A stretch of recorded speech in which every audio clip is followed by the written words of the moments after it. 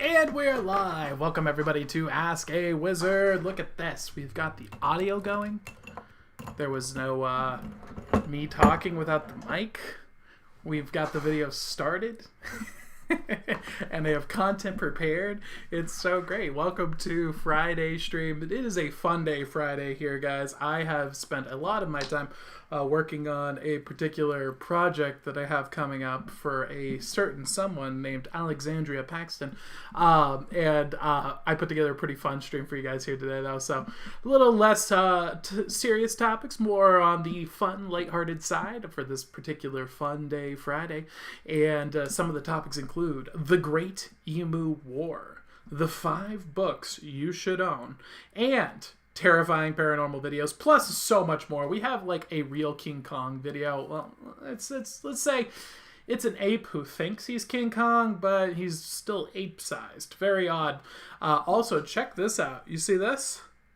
That right there is what used to be flat racks and are now bushy with microgreens. That's right. Our microgreens are looking very delicious. I ate some of them today. Don't tell Alex. They're delicious. All right.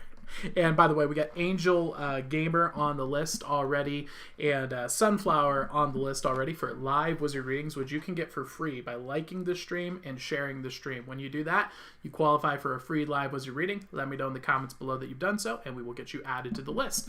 And if you want to support the stream and get a 3-card reading for whatever price you think it's worth, go to paypal.me/askawizard. Throw any money you'd like into the tip jar there, and that will get you a 3-card reading. But make sure you tell me, because if you don't tell me, I don't know.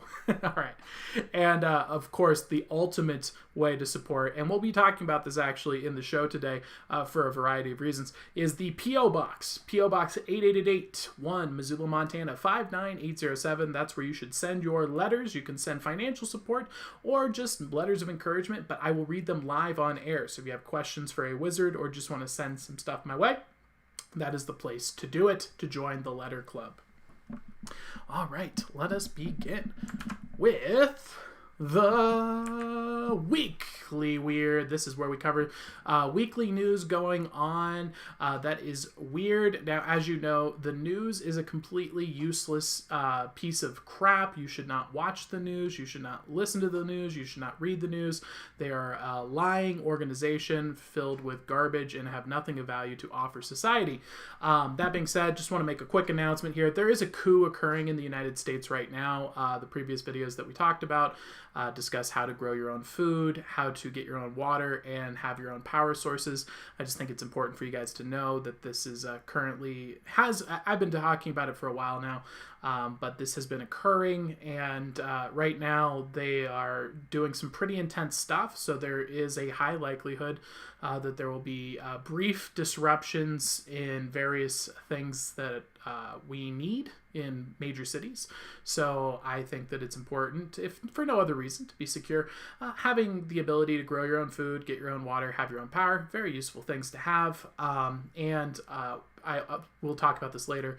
Having a preparatory strategy in case there's disruptions in our communications networks, specifically the internet. So that is This Week in Weird's news, and we're going to move right on into hilarious history. This is the Great Emu War. We got a generator. Congratulations, Matthew. I'm glad to hear that you are on point. And my goodness, are the owls not the greatest people ever? It's like they're just so powerful. What we have access to is just unstoppable. And so there are some stuff going on in the United States right now. There's an attempted military coup occurring with a partnership between China and the left-wing party of our government. They're attempting a coup, and they may be successful, they may not. Doesn't matter either way if you prepare correctly, like we teach the owls to do. So you can be prepared for it. So let's get into hilarious history. Today we're going to be discussing the Great Emu War. This was a war waged in Australia. The population of 6 million people went to war with 600,000 giant emus. And it gets intense. So let's take a look. The Great Emu War of 1932. This is Australia. 1932. The Great Depression is abound, affecting the global economy. And Australia has switched over to homesteading as its main source of living because that's how they are able to survive during this economic collapse. Unfortunately, Australian soil is not ideal in most places of Australia for growing. And this problem was increased by a giant prevalence of emus. That's right. Emus just like to kind of dig dirt up, stomp on plants, and just overall really screw up the soil. Not a very good situation at all. And so the government is in a bind. They've been dumping money into funding programs to try and help the poor, help the farmers out, get them some subsidies. And as you are probably familiar with, every single government program across the board, without exception, is a complete and terrible atrocity. It is a horrifying, dangerous thing that always happens. It has never produced anything of value. It has never accomplished any of its goals. And the usual end result, if things go well, is that they completely fail and create more of the problem that they tried to destroy. Most of the time, though, it usually ends in death and genocide. So government programs do not work, and never have worked, and never will work. And so the Australian government's like, hey, we could keep killing people with government programs, or, hear me out, what if we just kill emus? And we live in a society, we live in a world, we live in a realm where that's actually the better option. And so Australia was like, heck yeah, we're going to kill some emus. And so they did. They got 10,000 rounds of ammunition and 2 machine guns and sought out to eliminate the emu plague that was attacking the farmers' gardens and destroying their crops. Now, unfortunately for the Australian government, they underestimated the power of the emu. You see, while an emu here looks so auspicious and kind and a little bit cute, little weird, but a little cute, what you might not realize is that this emu is actually a tank. This emu here can literally take 3 to 4 rounds from machine gun fire and literally have nothing happen to it because of their just immense density of feathers and fluff. To make matters worse, the emus are actually effective at essentially military guerrilla warfare. That's the best way to describe it. They're very familiar with dispersion strategy. So what emus do is they clump together in large groups of birds, and then when they sense a predator or being attacked, they break off into smaller clumps and scatter in the opposite directions, forcing the machine gunner to have to then target fire individual birds rather than just shoot out into a mob of birds. And so because of this strategy, the machine gunners were woefully ineffective. They are forced to target fire emus. Their bullets aren't able to take them down unless they hit them with 5 or 6 rounds. And the emus are utilizing dispersion strategy tactics. So, of course, what the Australian government did was then increase their budget, because that's what government programs always do. Keep in mind, this is their military. And upgraded to a truck and mounted their machine guns onto the backs of trucks. Unfortunately for them, the emus were able to outrun the trucks. When it came to the off-road terrain, the trucks were not able to keep up with the birds, and the emus were able to outrun them, making their investment into the truck a complete waste of resources. So after all of this has gone down, 2,500, 25% of the 10,000 rounds that had been budgeted for their campaign had been fired, and only 300 emus had fallen out of the 20,000 emus that live in Australia. So not the most effective numbers there, as you might guess. At this point, the Australian military said, maybe we should just give up. This is clearly a waste of money. We cannot defeat the emus. To which the farmers were like, no. please continue killing the emus. It is so much better that you kill the emus than try any of your government programs, because you're just killing people with it. Welfare kills people, paid education kills people. All of the things that the government gives you produce death, tragedy, and horror. And so they're like, yeah, no, just go do your thing. Keep shooting emus. That's fine. Just keep doing it. And then the Australian government's like, you don't tell us what to do. And so the farmers are like, oh, you see what the problem is they can't really do it. It's not good enough to kill the emus. It's fine. A bunch of birds beat you. It's fine.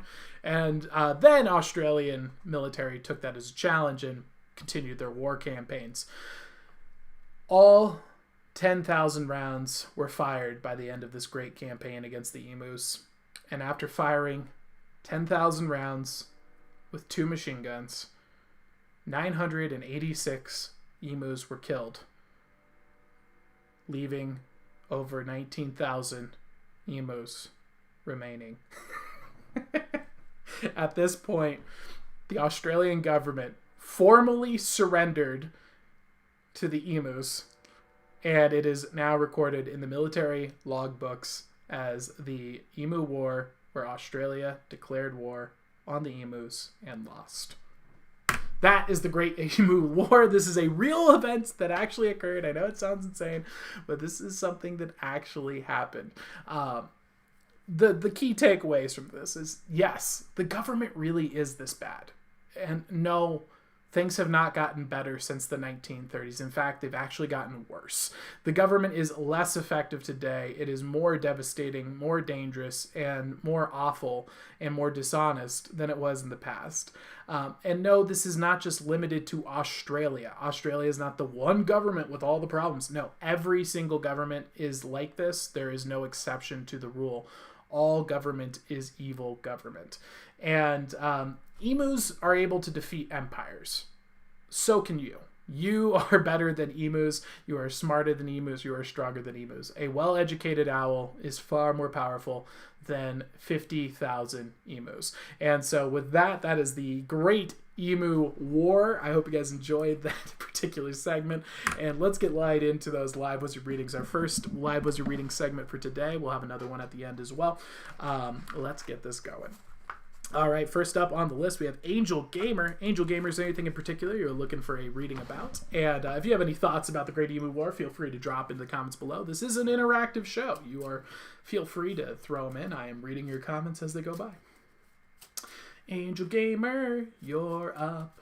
Is there anything in particular you're looking for insights on? Let me know.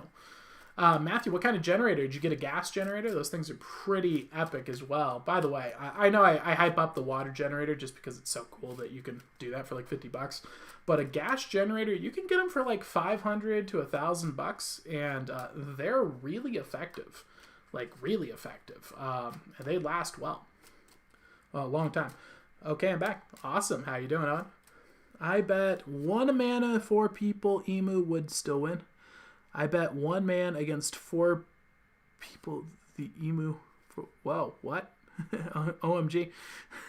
Angel Gamer Girl is looking for a life advice. All right, let's go. By the way, if you'd like to get a live wizard reading, you can go and get a 3-card reading by going to paypal.me/askawizard. Pay whatever you think the reading is worth, and you can send your letters in at 888-1 Missoula, Montana 59807, where I will read your letters on air as well. Let us begin. Why is life like this? Because life is amazing. Let's begin. Oh, or I could just drop your card on the ground and be sad. Oh no. I'm so sorry, Angel. Here we go. Angel Gamer, we got the 2 of Hearts showing up here for you. So let's get that popped up. Boom. 2 of Hearts right there. And so what the 2 of Hearts represents is a choice regarding emotions. This is a tough piece of advice here, Angel, but I got to go with what the wisdom here is you are making choices regarding your emotions, and you're painting your life with more negativity than you need. There is a base thing that is happening to you in life that we call life, and you're choosing to interpret things as bad, as negative, as not good, as pessimistic, and that's making you feel like things are bad. And this is not good, because this is what's called confirmation bias. If you start looking for the negative and the bad and the gray lining of everything in life, your brain becomes a pattern of behavior that your brain will continue to do. And you can break it. It's totally breakable. But the longer you do it, the harder it is to break. And so what this is saying here is this is just starting. This is very beginning phases. And let's catch ourselves here and just realize and bring back into conscious awareness that you get to choose.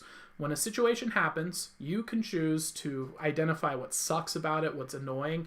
And it's hard because the culture right now is trying to push people towards that too. This cynical, pessimistic, nihilistic, ha ha ha, I'm so funny because I say I suck, or I say I'm depressed, or I say I'm down on myself. It's this Rick and Morty crap humor style. And Rick and Morty is funny, don't get me wrong. But it's based on a philosophical evil, so you got to be careful with these things. And instead, what we want to be doing here is looking at what is the good of this? What is the benefit? How does this help me? How is this working for me in this situation? And how can I best take advantage of what's happening right now, regardless of the positive or negative aspects? And I think that's going to help you a lot more with getting through life than I can overcome the pain of this through humor, which is what the culture is currently trying to push, and that is not an effective philosophy. So that would be my recommendation for you there, Angel Gamer. I hope that helps you out. I hope that gives you some insights. Let me know in the comments below if that helped you out, and we're going to move on to the next reading, which is Sunflower Queen Gaming. Boo, boo, boo, boo. Let's get you a live wizard reading, Sunflower. Is there anything in particular you're looking for insights on? I see that you redacted a bunch of messages, so I'm assuming you're in the CIA. That is confirmed. Sunflower is obviously a CIA operative redacting their messages. They do not want to reveal that they are part of the MK Ultra program. We know, Sunflower. We'll get your reading started. Is there anything in particular you'd like a reading about? Awesome. Matthew's got the gas-powered ones. I almost impulse bought one, a gas generator, at Costco the other day because it was $500, and I was like, well, I mean, this is pretty awesome. The thing with Montana is, we can still use wood, which you can't do in like a lot of major cities. And we're surrounded by forest. So Montana crushes in that regard. It's just, you got trees for days. That wood burning stoves are still totally a thing. Fireplaces, the whole lot. So it's quite nice. Retracted message equals CIA. Absolutely. Can you do a magic trick? Hey, Darren, I do my magic tricks on my YouTube, what am I saying? My TikTok stream. So if you're looking for the magic show, that is at TikTok at, oh no, now I feel like I'm a clock, at 7:20 p.m. Pacific Coast time over on TikTok. So if you want to check those out, that's where I do the magic. I do some live wizard readings here though, and occasionally I'll do some magic here, but this is mostly just we're doing videos, entertainment, fun. For example, in just a bit we're going to be watching a bear going creepy mode, an ape turning into King Kong, and a tiger that doesn't realize that he just walked into a Wendy's. All right, so we're going to be doing that in just a bit. You have a Costco? Yeah, no, Montana is like I probably should stay away. It's a horrible place filled with terrible, horrible racism and monsters and evil. And what are the things that Californians hate? It has success and it has prosperity and community. All the things California hates. That's what we have. That being said, prosperity, joy, community, love, passion, relationships, things like that. That's what we have here. So stay away, California, because I know how much you hate those things. That being said, it's not. Imagine for you, Matt, if you took Orange County and then removed all of the sin and evil and darkness from it. and then put it in the most beautiful place you can imagine. That's what I've found Montana to be. Can I get a random reading? Yes, that is what we call a general reading. Sunflower, let's go. All right. Ooh. Got the Three of Diamonds there for you. So Three of Diamonds is about the growth in material. So let's see what this has to say.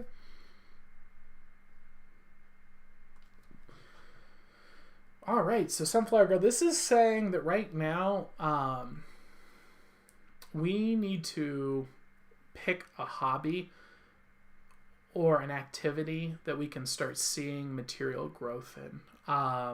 I think that we're feeling kind of powerless right now. We're feeling like we're out of control, that we are not in control of our own destiny. And this is partially true. You know, we don't control every aspect of our life. But I do think that you need to understand that there are elements of our life that we do control. You're a being made in God's image, so you have the ability to create, to build, and grow. And as such, I think doing something even as simple as learning how to grow maybe like a small herb, growing something from seed and having it grow and failing at that and learning how to fix it and then eventually making it come through and actually happen is going to show you on a small scale that you can affect the real world and make things happen, and you can learn stuff and make it happen in the real world, and then you can start applying that to other aspects of your life. Another great avenue is health through exercise, setting a physical goal for yourself and then striving to that goal that you cannot reach and then attaining it. That gives you that same effect as well, and I think that's going to help you break through some spells that are happening with you right now where the world's trying to make you feel like you're just helpless, and you need to see that that's not the case. You actually have a lot more power than anyone wants you to know. And so that would be my recommendation for you there, Sunflower. I hope that helps you out. I hope that gives you some insights. And with that, unless we have anyone else looking for a live wizard reading, which you can get by liking the stream and sharing the stream, that gets you a 1-card reading for free. And of course, let me know in the comments so that I can add you to the list. We'll also be doing another one of these at the end, so we're going to be moving on to the videos. Hey, how's it going, Taya? Welcome. Can I get a random reading? Absolutely, Darren. We'll get Darren one reading here, and then we're going to move on to the videos. Let us begin. Oh, look at that, Darren, popping off with one of my favorite cards. That is the Fool right there. And the Fool is about the beginning, and that's actually right up there on the diagram as well. The Fool represents the beginning of a hero's journey. This is starting a new adventure. This is going out on a new path where there's going to be ups, there's going to be downs, there's going to be surprises, and most importantly, you're going to grow and transform as a human being. And so that's what the hero's journey is all about here. I'm getting the impression that this is regarding pretty deep stuff. I think that you have gone down a philosophical path that is just beginning for you. I think that you went through a chapter of your life of, and this is kind of tying back in with that theme, that Rick and Morty kind of theme of things, of there was a period of life where we felt like the material realm was the realm. That's all that existed. And we've had stark evidence to the contrary appear recently, and now we're kind of having to rethink our conception of the world. Atheism and scientism are spells. They're mental tricks that are used to lock people into little boxes, but it's actually using manipulation. It's called sophistry. It's the use of manipulative language. And so the trick that they all rely upon is they add the beginning of their, I'm not going to use the word that I'll probably use out of context. I'm going to make it simpler. Let's lower this down. They will, in the beginning, I have to use it. I can't think of a better word to describe it. A priori, they remove truth from their equations, anything that does not fit within the material realm, and then proceed forward. So if you always take that a priori step, then you will always fall. This is what Nietzsche identified, and that's why Nietzsche, even being an atheist himself, called atheists fools for saying what they had was true rather than a religion. And so this is a new beginning of a hero's journey. This is the revelation of that fact. This is the realization that there is more to life than just the material realm. And in fact, it's a bigger part of life. You could argue that it's the most important parts of life. And so from there, just be ready for an exciting adventure. I've been on a similar adventure in myself as a wizard, from the philosophical peaks of the tops and the bottoms of the oceans, as Nietzsche puts it. And it is a fun and intense ride. All I can say is there is truth in this world. There is God, and you may not know it yet, but you will soon. So that would be my reading for you. I hope that helps you out, gives you some insights, and we're going to move on to the next reading. We don't have any more readings. Unless we do. If someone wants to get a reading, feel free. That would be my recommendation. You can like and share the stream to get a live wizard reading for free. Let's go to the videos. All right, so our incredible videos for today are Bears goes creepy mode, an ape goes full King Kong, and a tiger does some pretty unexpected stuff. This is going to be pretty weird. All right, so this adds also to the lore. As you guys know, I've confirmed that the Bigfoot's actually in the Mafia. Oh boy. Oh boy, guys. We got an ad. I think it's time. Oh, this is unexpected. Here we go. Copy critique with Tyler Sass. Do you need a business wizard? Do you need projects and consulting? Do you need someone that's going to give you marketing advice like all of these buzzwords over here on the screen? Well, I am the wizard to do it today. And if you decide to interrupt my stream with your ad, well, then you best be prepared to be subjected to copy critique. Let's analyze this ad, boys and girls. Let's see how crappy it is and all the ways that it should be improved. Let's take a look right now on copy critique. So first off, it says New Mutants. What does that mean? New Mutants? Huh? It's on YouTube. Okay. Mutants, are we looking at goats? Are we looking at mutant animals? Why are there teenagers on my screen? Watch it on YouTube. So is this like a YouTube channel? I see marble popping up here. So far we're in the first 2 seconds of your ad, and I know nothing about what you're trying to sell me. Your go-to app for videos. Watch it now. My go-to app for watching videos is YouTube. Okay, so what is this? Watch the New Mutants. What is the New Mutants? Why would I watch the New Mutants? I don't know what that is. Why did you target me? Whoever is running your ads, fire them. They don't know how to target ads. It's awful. I don't know what that is. I have never clicked anything regarding that. Why are you sending ads to me like that? You spent a ton of money to run this ad to people, 5-second ad, and now I hate you. I hate YouTube because of it. So stop. Terrible ad. Bad ad copy. Don't do it. Don't buy their product. Fix your ads. How would you fix the ad? Tell me what the New Mutants are, why I should care, and then show me where to find it. That's called ADA. Attention, interest, desire, action. Follow that. That's your copy critique with Tyler Sass. All right, let's get right back in to the videos. Sorry, guys. I just figured if they're going to interrupt our show frequently with ads, that we'll at least give them a little feedback. What do you think? Feel free to tag whoever runs that ad in the video and let them know how I feel about their advertising. All right. So, bear entering creepy mode. Let us begin. Hey, bud. Bears can do this? That's a bear. That's not a person in a bear suit. So I think this actually adds to the lore of Bigfoot, because now if you combine the bears do this, like 100% you're gonna think that's Bigfoot. It looks so goofy. Oh my god. My apologies, God. Oh my gosh. It's just so freaking weird. Oh, there you go. You're doing so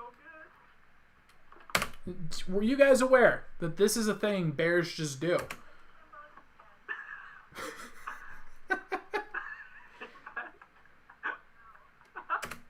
Absolutely. Oh my gosh, that's so... It looks like a person wearing a bear suit. Like they're wearing a bear suit and put on a bear head. He's literally doing some head bobs at you. It's like, what? Did I just break your mind? Oh, and that is my bear footage for you guys today. Is that not... Look at that. That straight up could be a Halloween costume right there. You could buy a suit that makes you look exactly like that, and it's freaking weird. It is really, really bizarre. So that is the video we have here for today for the bears. Now let's get on into the next video. Oh, those are my paranormal videos. We have paranormal videos coming up as well, but this one is an ape who decides to go King Kong in Japan, of all places.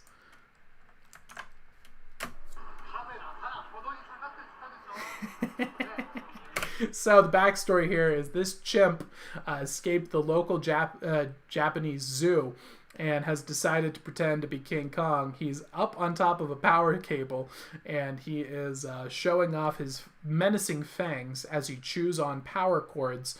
And they're obviously afraid that if you chews on the power cords, that eventually it's going to not only kill the ape, but also shut down the power to the local area. So they're coming out to capture Mr. Monkey.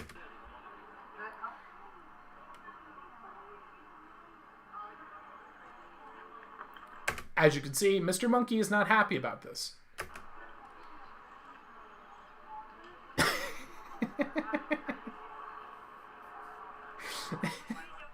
So that is, do not be alarmed. That is a tranquilizer gun. It's not deadly.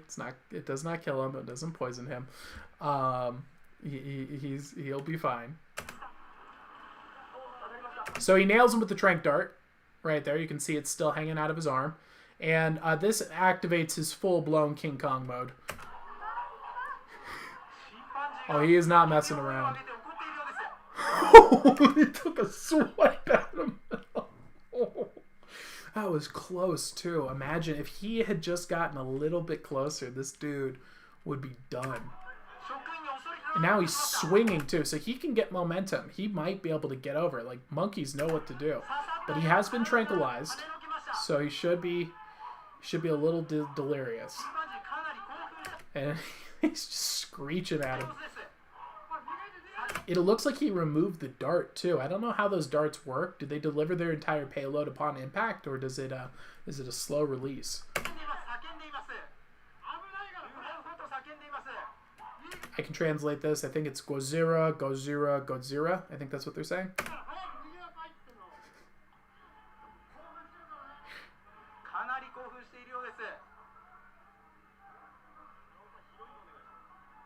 And he just goes back to state. He's like, yeah, you want to try it again? You want to try it again? Oh my gosh.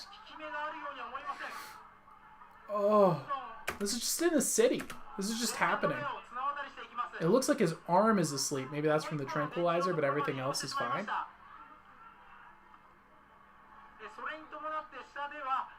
Oh, he's found another perch. I haven't gotten this far into the video. I just saw him take a swipe. Oh, there he goes. Oh, all right, all right. So he's definitely getting sleepy timed. But he also seems pretty conscious, too.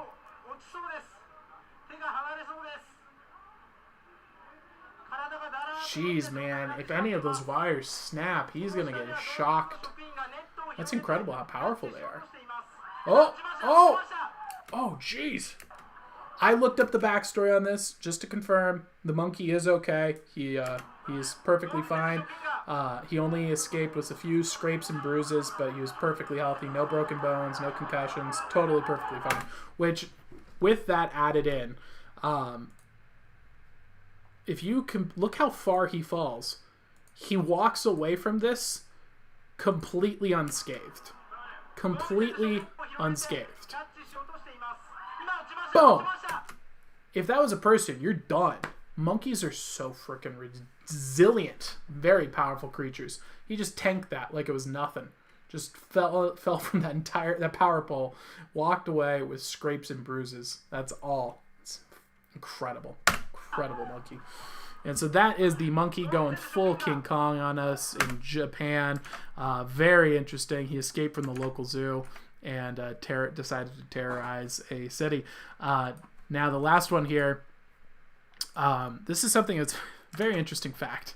So people get mixed up, especially when you live in America or Britain or any of these places.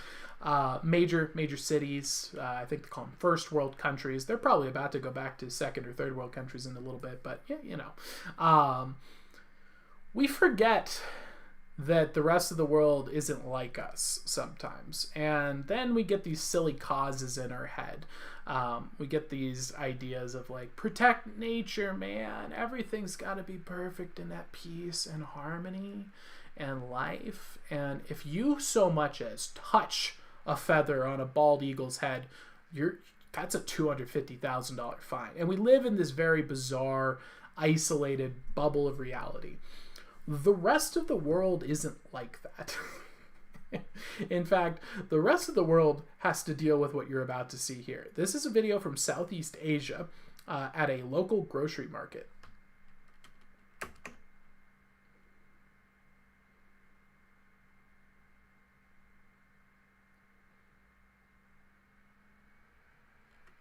That, my friends, is a Bengal tiger.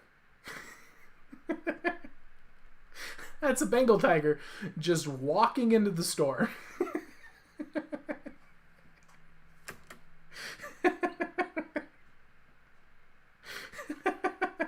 So this guy's cowering in fear, as he should. And as you will see here, the customers react appropriately. Now, what you have to understand is a Bengal tiger can literally kill you with a single swipe of its paw without even much force. A simple and you are dead. There's nothing you can do. It tears through your skin like tissue paper. And tigers kill people all the time in these countries. So when you hear, oh, they kill tigers in India, oh, they're killing tigers in these other countries. Yes, they are. It's because they do stuff like this, and they're deadly monsters that can kill you.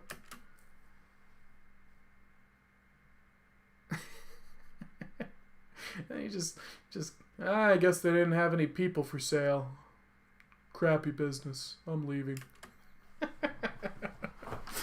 Oh, that is the Bengal tiger. Matthew says that the wires broke his fall. I know, right? It's pretty intense. He's referring to the monkeys earlier. Is it crazy? Is there a delay, by the way? Let me know if you're what. Oh, wait, I can see it up here. What am I saying? No, there isn't a delay. Awesome. Yes, that is... So that is a reality that you could be living in. So when you hear about these things and how we need to protect the wildlife, just realize there is more going on than you might know. So the next video I wanted to send here for you guys is a bit of personal, obviously I have a personal incentive to tell you about this. This is the Build, Grow, and Create segment. This is where we teach you things that you can start doing in your own life. And today we're going to be covering how to send a letter. Now, the reason why I want to teach you guys this skill is depending on the force that the opposition would like to do against the current coup that is occurring in America, there is a military coup occurring between the partnership between China and the left-wing government. They've partnered up and are attempting to overthrow the United States government right now. And depending on the oppositional force and the fallout from that conflict, this could affect communication lines and increase the nature of censorship to a bit of an extreme for a small period of time. And who knows how long that might last. And so in the event that you're not able to communicate on the internet clearly, whether that be truthfully or at all on social media and things of these nature, this is what we are trying to build here at the Parliament of Owls at Ask a Wizard. It's the Letter Club. And the reason we are setting up the Letter Club is this is our last line of defense in communication chains. This is something that is protected by in the Constitution through the post office. This is something that is very difficult to shake and move, and this is where we want to build our foundation. We want to build it on stone, not sand.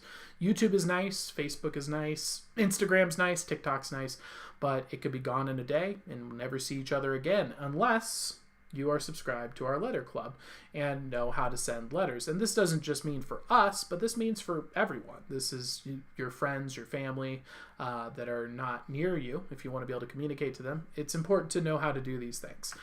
So we're going to be showing you how to do that here today, because I know this isn't taught in school anymore. And we don't have many reasons to do this nowadays. So we're going to be covering that. And the video that we'll be watching here, we're not going to copy critique that one. Today's video is from Kristen Sierra. You can go subscribe to her there. She's got the title of her video is How to Address / Fill Out an Envelope. And so she's going to be showing us how to do that. I'm going to be skipping around as usual. We're not going to watch the whole video, but this is going to give you the basic principles here so that you know how to send a letter. And I highly recommend joining the letter club. You can go to askawizardmagic.com / letter-club. It is free to join, or you can simply send me a letter in the mail at my P.O. box. You do not have to send money. You do not need to send money if you don't want to. Again, the support is greatly appreciated. I thank you guys for that support. However, this is about building a line of communication that is built on stone in the event that anything happens to the Owls communication networks into the future.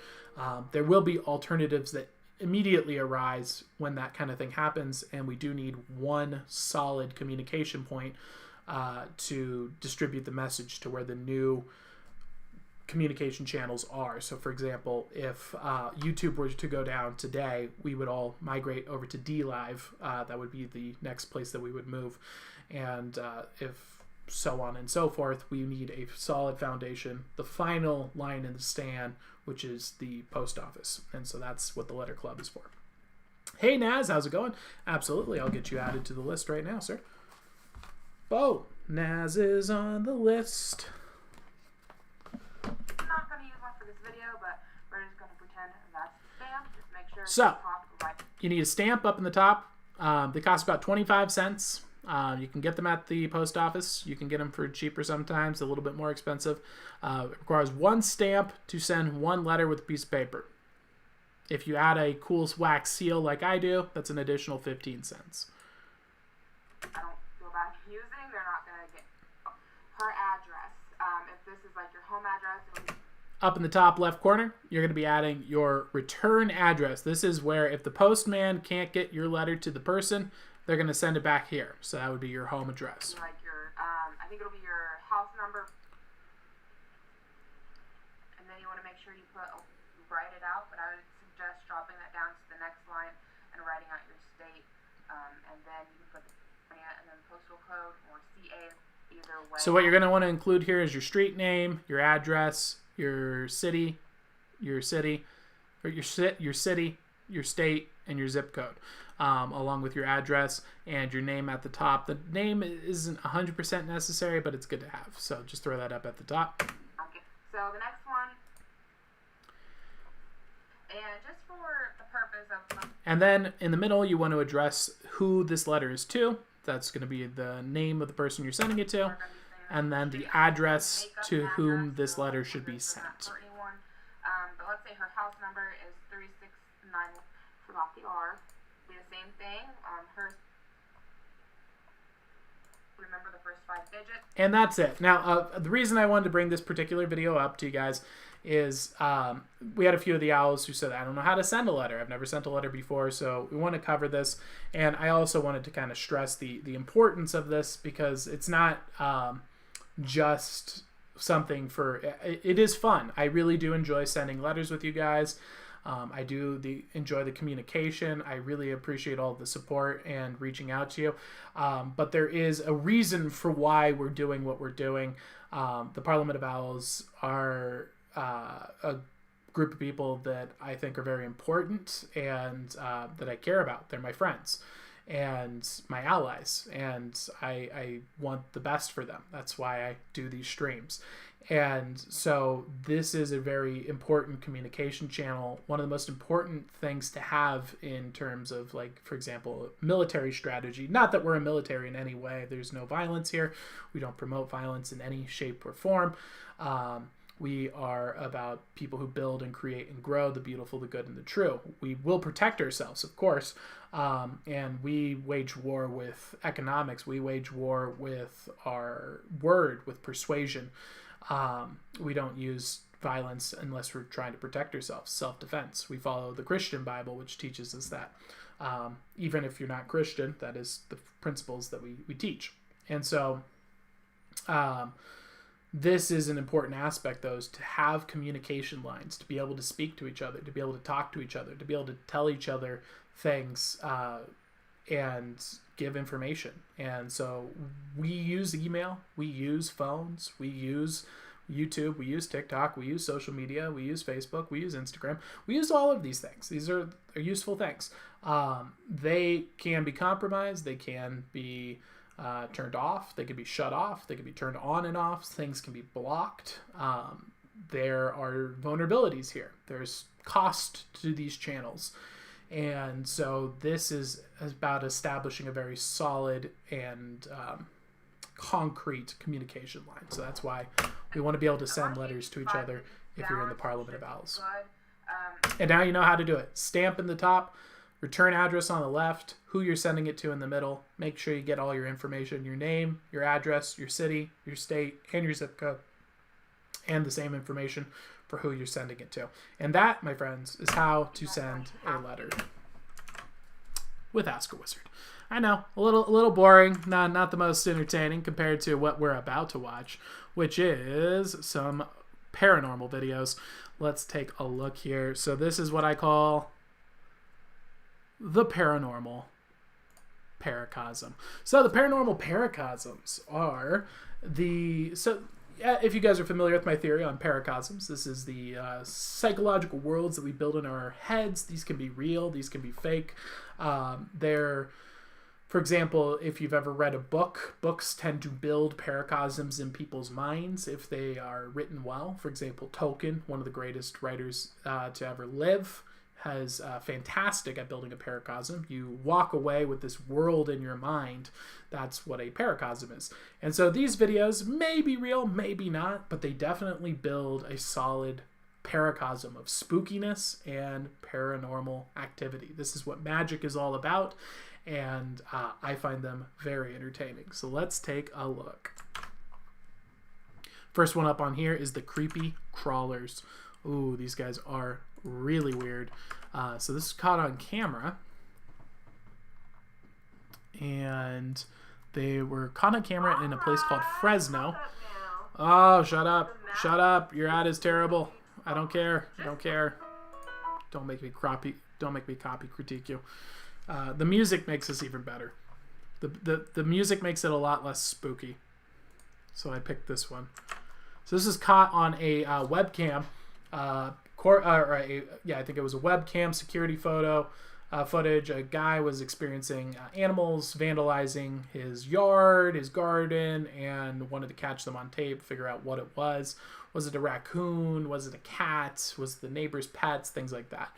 So he sets up this camera to try and track them down, and this is known as the Fresno Nightcrawler.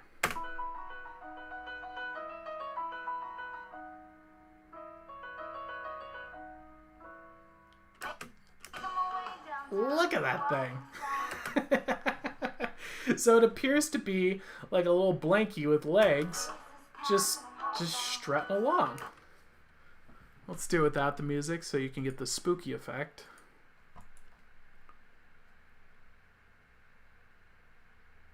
You know, these scary videos, it's always a grainy, isn't it?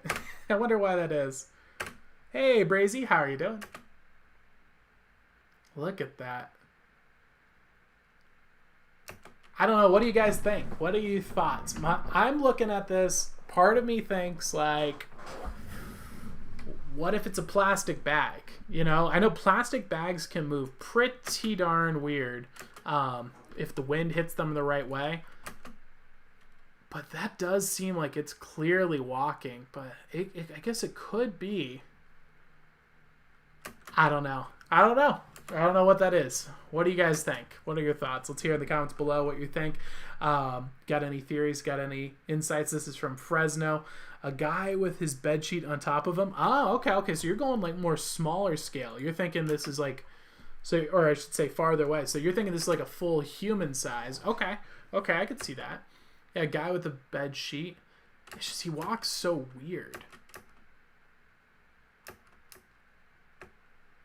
I guess, yeah, maybe a guy like limping. I could see that. Good insight, Naz. Good thought.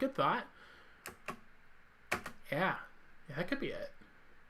All right, well, that's it. That is the Fresno Nightcrawler paranormal video I have for you. Oh, Matthew's coming in with a theory. Let's hear. Guy using cloaking technology. That is a bold claim. That is a bold claim coming in from Matthew. But I guess, you know, if you were using cloaking technology and you're trying to be sneaky, I guess that's kind of what it would look like, because cloaking technology is not perfect. Yeah, I could see that. All right. Some good theories from the owls. I'm liking it. Let's move on to the next spooky video I have here. Next one coming up on the list is the Disneyland ghost sighting. This is one of the few ones that I look at and I think, maybe this is credible. Maybe this is real. And the reason that I find this one to be a bit more credible than the rest, by the way, this is a really great channel. Highly recommend checking it out. It's called Offhand Disney. They do, if you like Disneyland stuff, they do a lot of content regarding Disneyland, and I find them to be very entertaining. We did research on them back in the day when I was creating a YouTube channel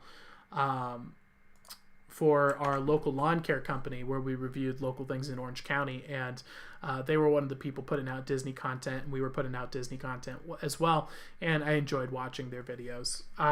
So this is a ghost sighting in Disneyland, and so the reason I find this particular one very compelling is Disneyland is very, very, very careful with their branding, images, and PR and marketing.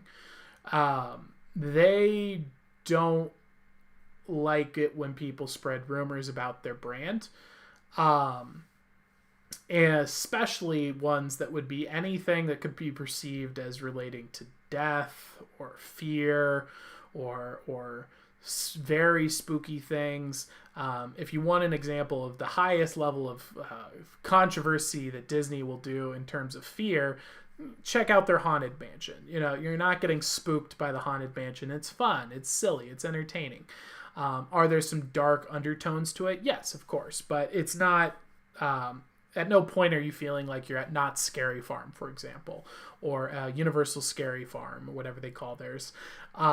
It's lighthearted and fun. And so that's part one. Part two is that Disney has some incredible security equipment. I got some behind the scenes information on this because I worked at Disneyland, and they demonstrated the security capacities that they had.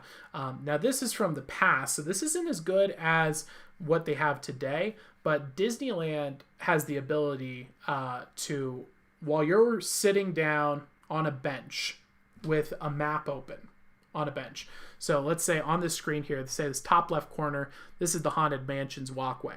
If you were sitting down here on this bench, let's say the bench is here, right? This camera could zoom in to the map and read what you're reading. It could literally see what you are reading on the map. It's that level of security footage that's going on in Disneyland. It's sophisticated stuff. So they, even though this is older tech, this is a blurrier footage, Disney has always invested in some of the best technology when it comes to that kind of thing. So you are not going to be experiencing like weird glitches and bugs. So that's another reason why I'm kind of leaning towards this might be real. And then the third thing is I 100% have seen ghosts at Disneyland. And I'm just going to leave that out there. All right, let's begin. Now, odds are if you have familiarized yourself with the spooky side of Disneyland, you have seen this video circulating before. Now, I've seen lots of theories circulating about what this could be. Could it be a double exposure? Could it be a reflection of light? Or could this actually be a ghost haunting Disneyland? Now, I'm not going to Right there is the ghost, by the way. talk too much about this particular video clip because Captain Disillusion actually already made a wonderful... Come on. It's a camera recording footage of an empty haunted mansion on top of an maintenance worker. The same explanation for this video Let's go. circulating the I don't... internet. Like the Mr. Offhand, you're annoying me. I posted on this channel before. Or Alright, this check this video out. of the maintenance worker on the Tower of Terror that has the same vertical streaks that are present in the Haunted Mansion ghost video. I think that this raises the point that since Disney has gone digital with their cameras and that since smartphones are more readily available, we see less and less videos of ghosts at Disneyland these days. So is Disneyland haunted? Short answer, probably not. Really? That's it? That's all you got for me? Come on, Offhand. I am disappointed in you. Where is the Disneyland security ghost? Oh, they are scrubbing this video. They're scrubbing it. Guys, they don't want you to see this. This might be real. They don't want people to see this. Let's get this out there. I'm probably going to get banned for this video. Let's go. We're going to scroll right on through. They're trying to hide this stuff. Disney doesn't want this out there. What up, Disney? Why you hiding stuff? What in the world? Where is it? There we go. All right, let's check this out. Hey, how's it going, K-Dog? Welcome. My goodness. All right, so take back what I said about Offhand Disney. What they're doing is putting out propaganda for Disneyland. Did you see that? That video was just, hey guys, this is the top scariest Disneys, but there's nothing scary here. Everything is fine. There's nothing to see here. All of the camera footage is fake. Trust me. We had somebody that works for us that made other videos showing it's fake. Trust us. Please trust us. And then they scraped the video off of the internet. That's crazy. Some people believe it to be the ghost of Walt Disney himself. What's interesting is that it was captured on multiple cameras. This is the video I wanted to show you. This entity is in sync on all of them. There's been quite a lot of theories to debunk this one. The main one is that it's just reflections of light. Take a look and let me know what you think.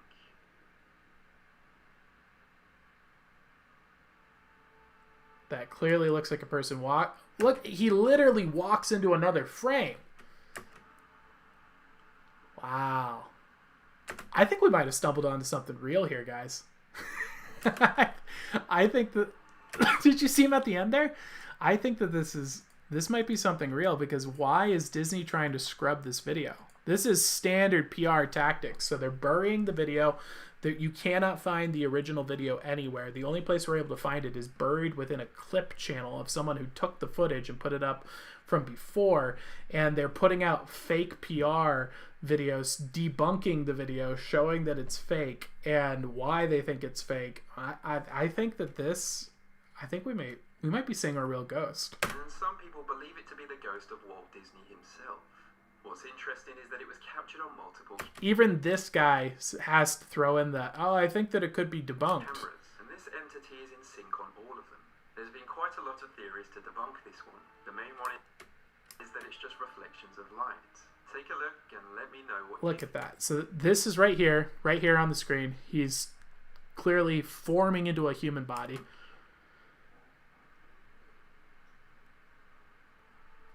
He begins walking. You can see him here and picked up on the second camera as well. Right there, right there. Walks right through the gate. I don't know, man. I don't know. I'm leaning towards real. What do you guys think? What are your thoughts? Let's hear in the Did we just discover real? Did we just discover a real ghost? I think we might have just discovered a real ghost. I am doing very well, K-Dog. How are you? Oh my gosh. I think we just discovered if my channel gets banned tomorrow, you know what happened, everybody. and join my letter club. Join it. We just went Facebook pirate ship. On Facebook, I have the Facebook pirate ship, facebook.com/askawizard, where we sail around the internet for mysteries and memes, and I do my research for the show there. And that's kind of what we do, is we just hop in and do some live searches and try to find the coolest, most amazing stuff on the internet that we can find to show for you guys in the show. If you want to join us, you can join our pirate ship on Facebook. Let's see. This is the final one I got here. Let's get that queued up and see what you guys have to say. Matthew thinks it's a hologram. Interesting. All right. K-Dog's doing good. Glad to hear that you're doing well, K-Dog. Hologram. So I could see... But there are no... That's... Why did Disney set up a hologram and then bury it and try to hide it and not let people talk about it? Like, I feel like if Disneyland wanted to do like a ghostly sighting to do some marketing campaigns, which, by the way, Disney does not do those. Disney hates the controversy marketing style. They never want to do this whole viral marketing, like they did for the It movie. They put a bunch of clowns out in the woods to freak people out so that they could get hype for the new It movie. They don't like to do that kind of thing at all. They think that that's like, that's what the poor people do, to put it bluntly and to be rude.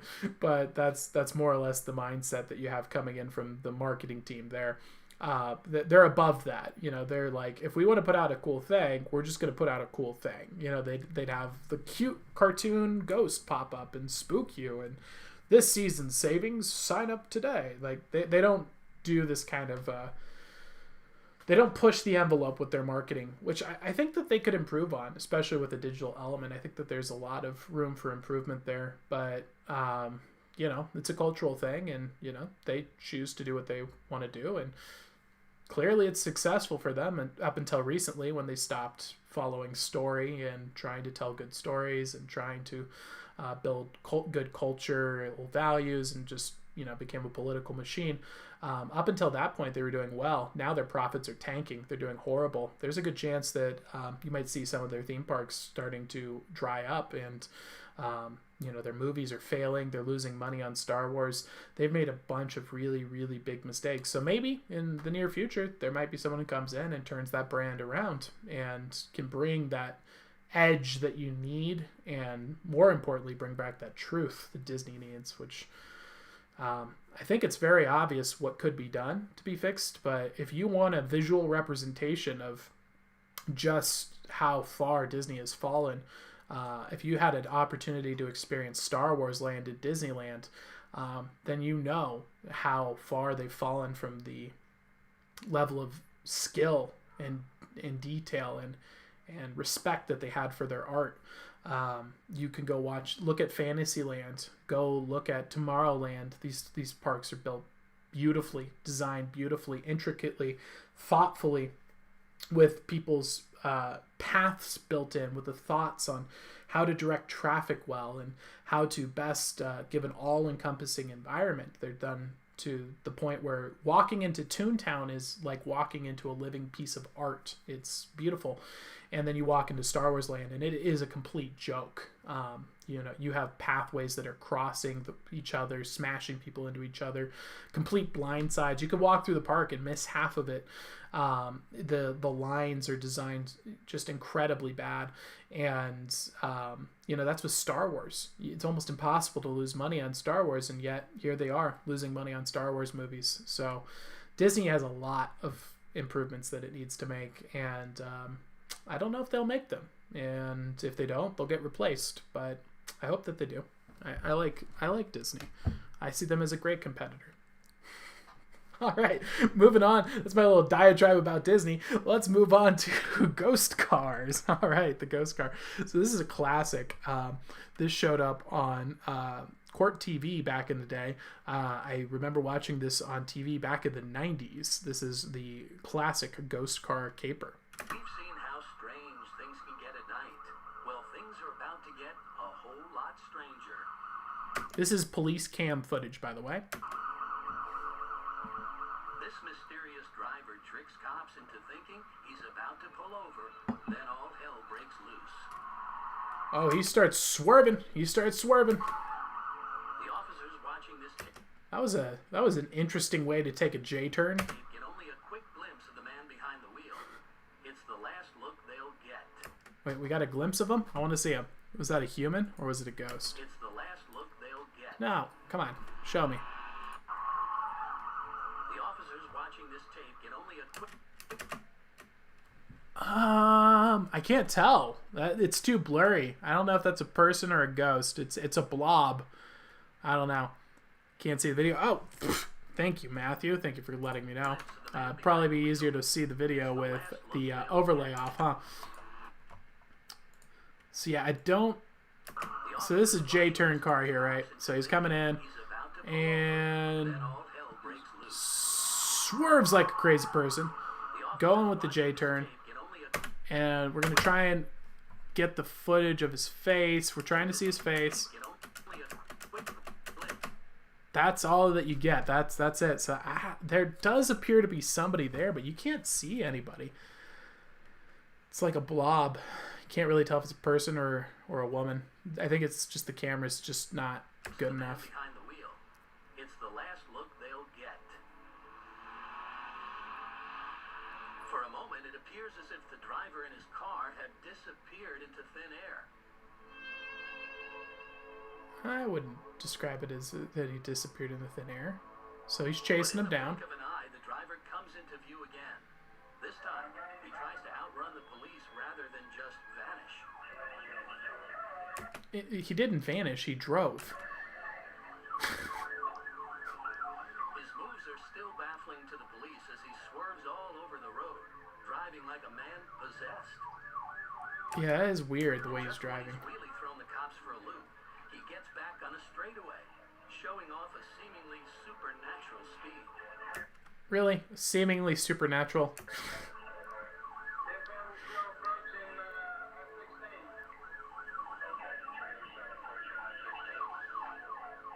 In just a moment, he's going to make a turn Oh, did he nail that sign? into the twilight zone.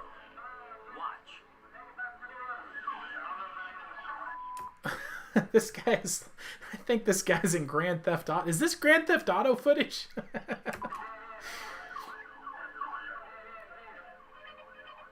Oh, are they on dirt right now? I think they're on dirt.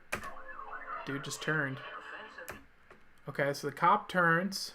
end means no way out. Or does it? Wait, what? Wait, what? Did you see that? Let's watch it again.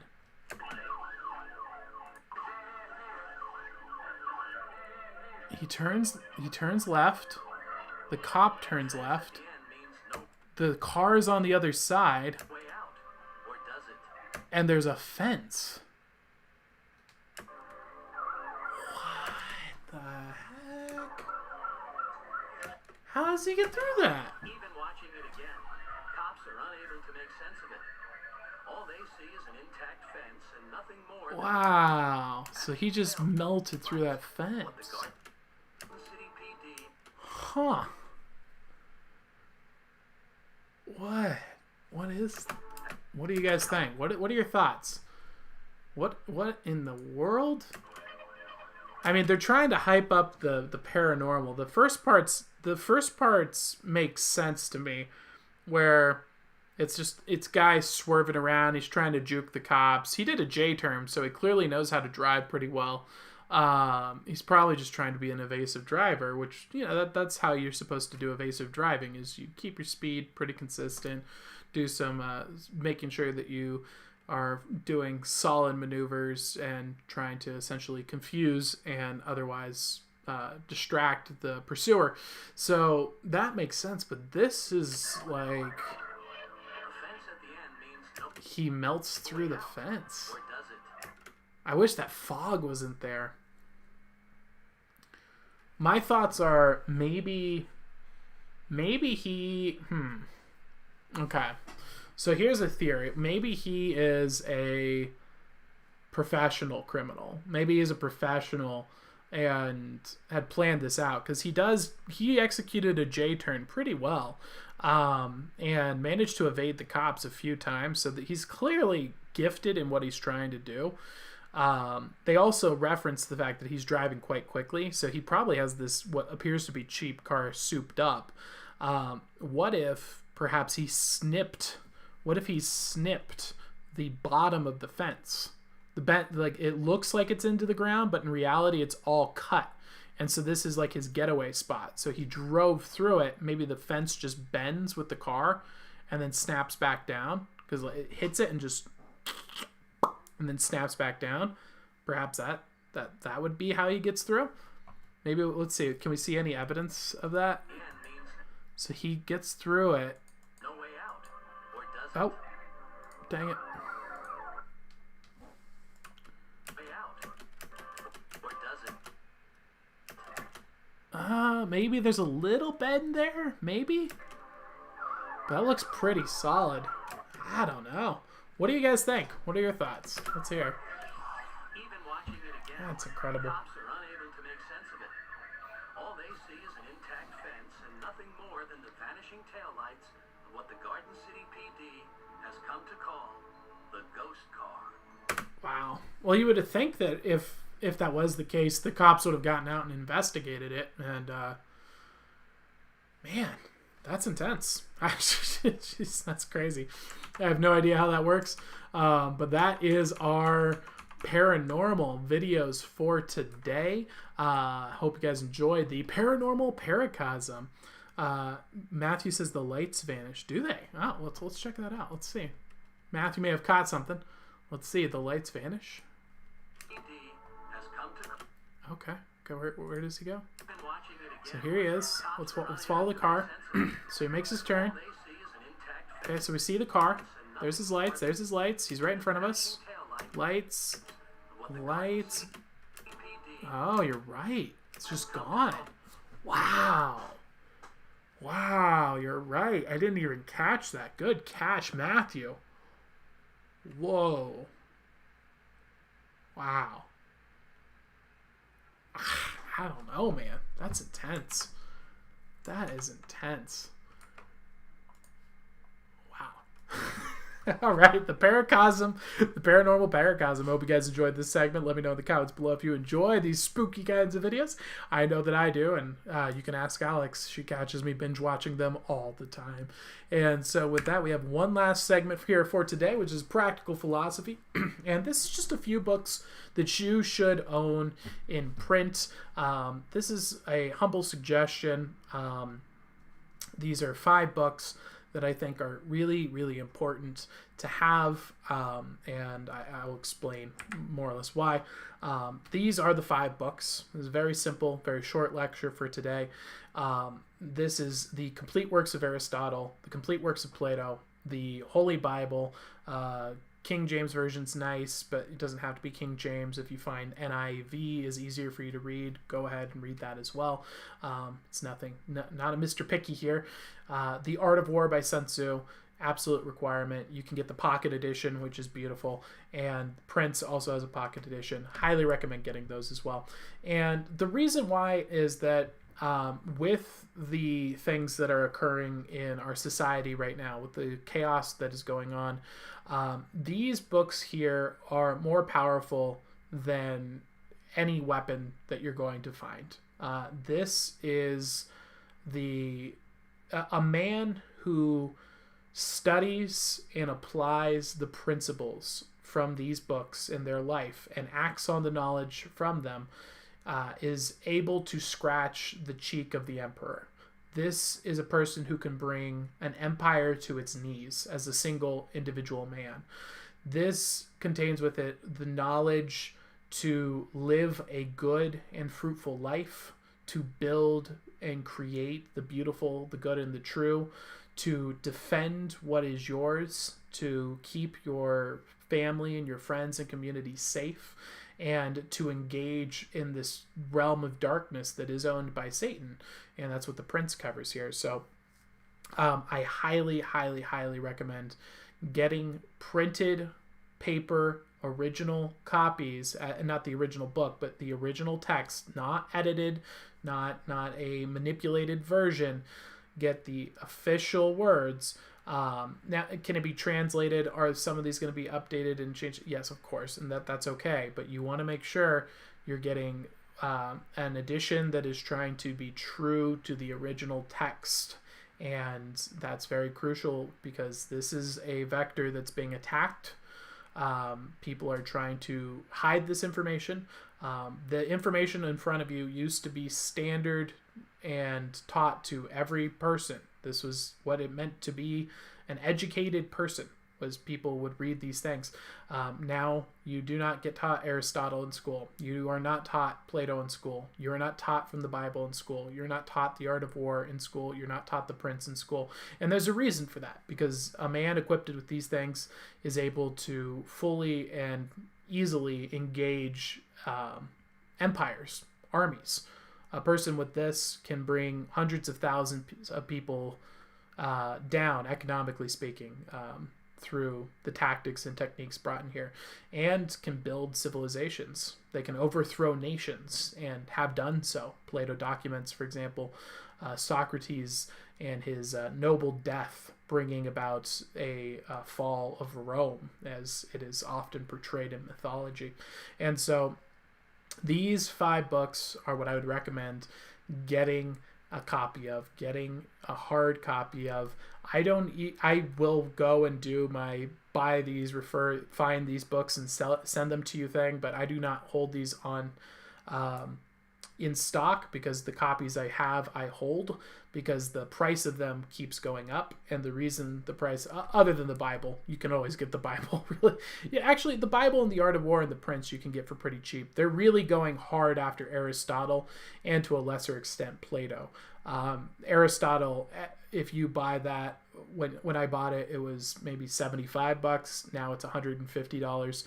Aristotle is continuing to go up because there's a massive demand for his works because of the great importance of it, and the supply is being diminished because it is being removed and redacted from history because of how important it is. To a lesser extent, that's happening with Plato as well. And in many parts of the world, that's happening to the Bible, and China being one of the most common places that's happening right now. So I recommend getting these, get them in hardback, get hardcover if you can afford it. If you need to go the cheap route, go on the public domain and print them out on pieces of printer paper. Get the information. The information is what matters. Get it out there. I would like it if every owl had these 5 books, physical copies, hardbound, covered books, written on hemp paper, ideally. That would be my dream. I don't know if that is attainable, because I know, not everyone is as into books as I am and the knowledge as I am, but that would be a good dream, is to have 1,000 nodes, because with these 5 books you can rebuild civilization, and you can rebuild the Western civilization. So that would be my recommendation for you guys. I hope that helps you out. That is our simple, small, short, practical philosophy section for today. And with that, we were going to close up the stream. We do have one reading. If you're still here, let me know in the comments below if you're still here, and we will get your reading started shortly. And if there's anyone else looking for a live wizard reading, all you need to do is like and share the stream. That's how you qualify for a live wizard reading. You can also get a 3-card reading by going to paypal.me/askawizard. Pay whatever you think the wisdom is worth and what you can afford, and I will get you a 3-card reading. And of course, you can always send your letters at P.O. Box 8881, Missoula, Montana 59807. Sending letters here, I read them live on air. You can send financial support through the mail as well. However, it's not required. Your letters are motivating and inspiring, though your financial support is greatly appreciated as well. All right, let's see. Naz, are you here? Let me know. Let me see if I can channel Naz. Naz, can you make a noise for us? Naz, are you here? Naz, are you here? Looking for a reading? It was pretty. I'm still thinking about that ghost video. That was a great catch, by the way, Matt. Seeing the lights disappearing part. I didn't even notice that. That's that adds to the caper. Like maybe. I mean, you could make the lights disappear. So like if you drive through the fence, it snaps back, and then you kill the gas. Maybe to hide in the darkness, and then you leave on foot, perhaps. Because I would assume if you plowed through a fence, that probably would screw up your card, right? Hey, Naz is here. When is my turn? Your turn is right now, Naz. Is there anything in particular you're looking for a reading about? Let me know. I wonder if... yeah, because like you go through the fence, it probably trashes your car. And then you kill the gas and then book it on foot. That might be the play. But then again, the cops aren't stopped by a fence. At some point, they're going to get through it and pursue them. Just a general one. Haha, thanks. No problem at all, Naz. All right, let's get you a reading. Yeah, that's an interesting puzzle. That is definitely an interesting puzzle. All right, let's get a reading for Naz. Ooh, 7 of spades popping up again. Let's pop that up here. Boom. That is the 7 of spades for you right there. So the 7 of spades is about the knowledge of... It's confidence in your wisdom. And so this actually popped up with you before from... I think it was yesterday you got the 7 of spades. So it seems like we haven't really transitioned yet. Let's see if there's any new wisdom here.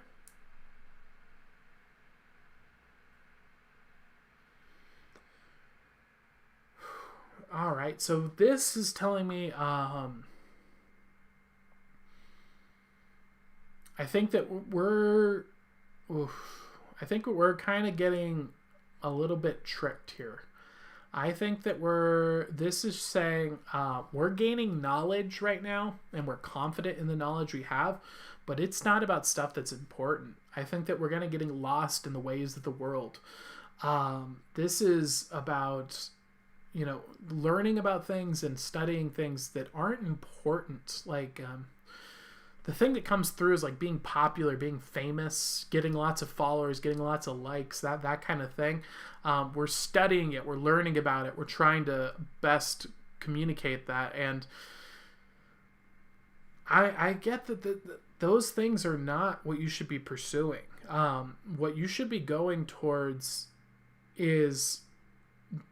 what am I passionate about? What do I love? What am I called to do? What am I guided towards? Not the end result of doing something. A lot of people screw this up. They think about the end result of something, a byproduct of something, and then say, that's what I'm going to do. So they think like, I want to be rich. And so then they say, all right, well, who's rich? Well, people who are rich are... YouTubers, entrepreneurs, actresses, actors, things like that. And that's not the majority of people who are financially successful. The majority of people who are financially successful are people who own small businesses to medium-sized businesses that are producing something that is valuable, typically in an industry that is boring or, in many cases, hard, difficult, gross, and specialized. There's a lot more millionaires who make money off of, say, repairing hot dog carts or fixing refrigerators or fixing air conditioning units or are mechanics on planes. These are ships. They make a lot more money and will continue to make a lot more money, statistically speaking, than your typical actor, your typical entrepreneur, your typical fill-in-the-blank famous rich career. And that's important to know. So, like, it's easy to... Not easy. I shouldn't say it's easy. It's much, much, much more likely and less difficult to become a millionaire being a really good carpet cleaner who knows how to build teams of people and train them than it is to be a millionaire as an actor. Your chances of succeeding and having a full-time income as an actor is like 1%, I believe, if I'm not mistaken. It's like 99% chance of failure, 1% of success rate. The average work is 100 hours a week for 10 years before you make a full-time income from acting. And even then, if you go through that trial, I think it's only a 25% chance that you make it. So very, very, very small chance of success in that field. Versus if you put in 10 years into a carpet cleaning business, you're probably going to be making a full-time income within a year or two. And you can scale that thing up to $1 million business within about 5. So if what you're after is financial success, you need to start thinking about what is the most effective way to get there. And if you're concerned with fame and fortune, for me, I don't understand why anyone would go to that. Frankly, it doesn't make sense to me because I don't see any positive to fame and fortune, or fame, I should say. It seems like people who become famous have mental illness, depression, drug abuse, terrible, terrible lives, really. It's not fun. And so I don't know why you would pursue fame. And if it is fame that you're pursuing, perhaps what you want is community. Perhaps what you want is friendship and community, and you're mistaking that for fame. And if that's the case, I'd say, build a small group of friends that you care about and trust and respect and that are your friends and have shared interest. That would be the way to go. Start at church. Church is a great place to go. And that's what we're doing here at the Owls. That's what I'm trying to build. So that would be my recommendation there. And I hope that helps you out, Naz. I hope that gives you some insights. Let me know in the comments below if that helped you out. And if we have anyone else looking for a live wizard reading, let me know in the comments below. We'll get that reading started shortly. However, if we don't, we will go ahead and close up the stream and have a good weekend. I am a sleepy wizard, so I am excited for going to bed. Though I'll probably end up staying up till 3 a.m. in the morning again, like I always do. It's not good. I need to fix that habit. Naz says, thank you so much. No problem at all, Naz.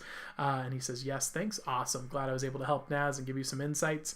And thank you guys so much for tuning in. And if you want to send your support, throw some money into the tip jar. If you enjoy what I'm doing here, go to paypal.me/askawizard. That's where you can throw in your payments, and you'll get a 3-card reading as well. And of course, you can send your letters to P.O. Box 8881, Missoula, Montana 59807. That is the place to send your letters to. And if you have any used books that you would like to buy from me, I have 3 great ones up here for sale. You might enjoy those, but I also have a few other ones as well. So if you'd like to book a call, you can go on to my website, askawizardmagic.com, where I will talk to you about what you're going through, what you're dealing with in life, and you pay me whatever you think that is worth. And it does have to be over $20 if you'd like me to send you a book, and then I send you a book that will help you with that problem. If I don't have a book to help you with that problem, I will go and find a book that will help you with that problem. That is part of what I do as a wizard. So thank you so much for tuning in, and thank you for supporting the stream. I greatly appreciate it. I'll see you guys same place, same time here on Monday. Monday through Friday, 8 p.m. Pacific Coast time, and TikTok Magic Show is at 7:20 p.m. Pacific Coast time, and the Facebook Pirate Ship is spontaneous and unpredictable, so make sure you like it and hit the notification bell, and click see first so that you know when it goes live. And I go live on Facebook, and we sail the seas, and we search for mysteries and memes and find some of the best videos on the internet, and a lot of crappy ones too. And we do live wizard readings there, and that's how I build the content for this show here. So if you're interested in seeing how this thing gets put together, that is the place to do it. Thank you so much for tuning in. I'll talk to you all later. Have a good evening. Oh, also, the Facebook one is a lot less clean. Not that I am trying to be inappropriate, but we are searching through the internet, so you find videos that sometimes inappropriate, sometimes bad language, just boring, bad stuff. So if that's not your kind of thing, I get it. That's why I make the show the way I do here. It is a pirate ship, so expect sailor language on a pirate ship. So thank you so much for tuning in. I'll talk to you all later. Have a good evening, and peace.